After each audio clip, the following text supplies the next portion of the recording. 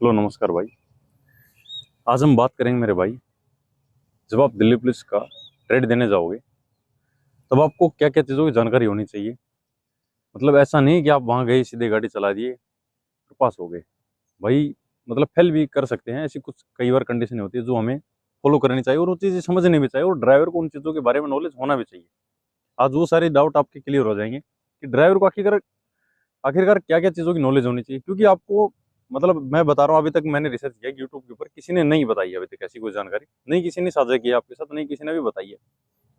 Proper एक एक चीज के ऊपर स्टेप बाय स्टेप बात करेंगे कि आपको जब गाड़ी दी जाती है, ये लो सर गाड़ी, आप जाओ लॉन्ग ड्राइव पे जाओ या शॉर्ट पे जाओ, तो उस हिसाब से दोनों कंडीशन में बात करेंगे। एक तो आप गाड़ी स्टार्ट की 5 किलोमीटर पे जाके आ रहे हो उस हिसाब से, एक आप तब 30 से मतलब सॉरी 200-300 किलोमीटर ज्यादा दूर जाते हो, तब आपको गाड़ी में क्या क्या कंडीशन चेक करनी चाहिए।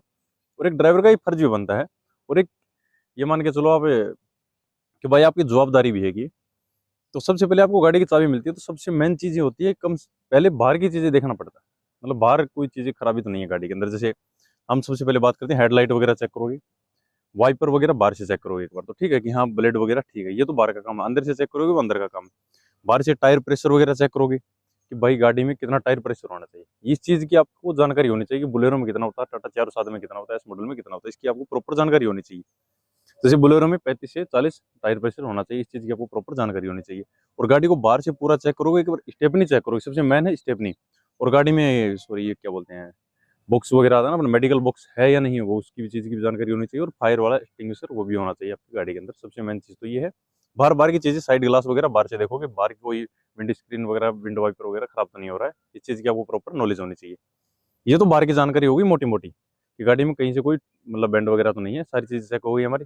उसके बाद हम बात करेंगे कि ड्राइवर चलने से पहले कुछ चीज़ें इंजन की उसको जानकारी होनी चाहिए। उस चीज़ के ऊपर एक बार आपको मैं बोनट खोल के सारी चीज़ें कर्म वाइज देखते चलेंगे, एक एक चीज़ जो आप ड्राइवर को जिसके बारे में नॉलेज होना जरूरी है, और वो ड्राइवर के ही काम होते हैं। सबसे पहले आ जाता है रेडिएटर। रेडिएटर में डलता है कूलेंट, और कूलेंट कितना डालना है कितना नहीं डालना है, इस चीज़ की जानकारी ड्राइवर को प्रॉपर होनी चाहिए भाई। और फिर इससे आगे बात आती है ब्रेक ऑयल और क्लच ऑयल। इधर देखो, ये हमारा ब्रेक ऑयल है लेफ्ट साइड में, और राइट साइड में क्लच ऑयल है। क्लच ऑयल कितना डलता है, 150 से 200 ml डलता है, और ये व्हाइट कलर का होता है। ब्रेक ऑयल कितना डलता है, 250 से 300 ml डलता है, 350 भी डल जाता है। और इसका कलर कैसा होता है, रेड कलर होता है। इसको आपको प्रॉपर जानकारी होनी चाहिए। और फिर आपको होज पाई वगैरह ये चेक करने हैं कि भाई कोई लीकेज वगैरह तो नहीं हो रहा है। बैटरी को चेक करना है कि बैटरी का वाटर लेवल ठीक है या नहीं। बैटरी का वाटर लेवल नॉर्मली 40 से 50 दिनों में चेक करते रहना चाहिए। और ब्रेक ऑयल क्लच ऑयल वगैरह, ब्रेक ऑयल क्लच ऑयल हो गया, इंजन ऑयल चेक करना आपको, और gear box oil proper check करना आपको, ठीक है। इसकी आपको पूरी जानकारी होनी चाहिए कि कितना क्या डलता है, कहाँ क्या डलता है, ठीक है। एक प्रॉपर बुलेरो के ऊपर एक प्रॉपर वीडियो लेके आऊंगा कि बुलेरो की आपको प्रॉपर क्या क्या जानकारी होनी चाहिए, कब सर्विस करानी चाहिए, कब नहीं करानी चाहिए, टायर कब बदलवाने चाहिए, कब टायर रोटेशन करवाने चाहिए। इस चीज़ की एक बढ़िया स्पेशल वीडियो आएगी, उसमें आपको पूरी जानकारी मिलेगी। अब तो हम बस ये देख रहे हैं कि गाड़ी, ये आपको जब चाबी मिलती है, चाहे वो टाटा 407 हो चाहे वो बुलेरो, हम बुलेरो के माध्यम से समझ रहे हैं बस वो चीज़ें। बट ये जानकारी आपको सभी साधनों पर फॉलो करनी है, ठीक है मेरे भाई। ये चीज होगी इंजन की प्रॉपर, बाहर की जानकारी, कोई लीकेज वगैरह तो है नहीं। उसके बाद हम बोनट को बंद कर देंगे भाई। इतनी नॉलेज होगी बाहर की कि अब गाड़ी में आप बैठने के लिए, अंदर जाने के लिए रेडी हो। अच्छा जी, अंदर जाने के बाद काफी ड्राइवर ऐसे होते हैं कि जिनको बैठने का तो तरीका होता है ना, वो भी नहीं पता होता है कैसे बैठते हैं, गाड़ी से कैसे उतरते हैं। सबसे पहले एक चीज और दिखा देता हूँ, आ जाओ मैं आपको। गाड़ी में बैठने का जो रूल है ना, तरीका, इस हाथ से फटक खोलोगे, ठीक है मेरे भाई। खोल लिया। खोलने के बाद आपको लेफ्ट वाला पैर है वो अंदर लेके जाना है, बिल्कुल मेरी तरह सेम समझो। क्योंकि कई बार बच्चे क्या करते हैं, ऐसे ना करके ऐसे यहाँ पैर रखते हैं, कोई यहाँ पैर रखते हैं, ठीक है। वो चीज बिल्कुल गलत हो जाती है। सीधा आपका ये पैर यहाँ आना चाहिए, ठीक है। और सीधा आपको ऐसे बैठ जाना मेरे भाई। बैठने के बाद वो तो चीज होगी बाहर की। बैठने के बाद अंदर आपको क्या क्या चीजें चेक करनी है उसकी बात करते हैं।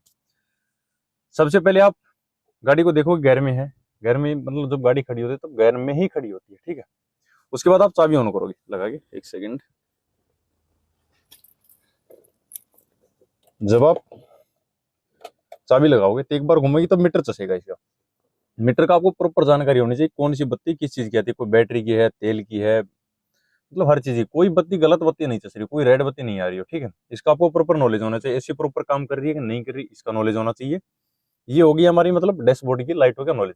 फिर यहाँ से वाइपर बाहर से हमने देख लिया था तो ब्लेड वगैरह ठीक है, अंदर से चला के चेक करोगे, हेडलाइट चार्ज के देखोगे हाँ भाई चल रही है नहीं चल रही, इंडिकेटर वगैरह चेक करोगे यहाँ से कि सही है या नहीं, क्योंकि आपको जब दिन में चलते हो आप तो आपको ये भी तो सोच के चलो ना कि भाई हमको रात को भी चलना पड़ सकता है वापस, समझ रहे हो। कई ड्राइवर दिन में चल पड़ते हैं, हेडलाइट वगैरह देखते नहीं, फिर रात होती है तब उनको याद आता है कि यार हेडलाइट सही नहीं है, फिर रात को मिस्त्री मिलता नहीं है भाई। तो उस परेशानियों को ना झेलने आप, तो उससे मतलब छुटकारा पाने के लिए भाई सीधी सी बात, आपको सब कुछ चीज चेक करके फिर प्रॉपर गाड़ी को लेके जाना है।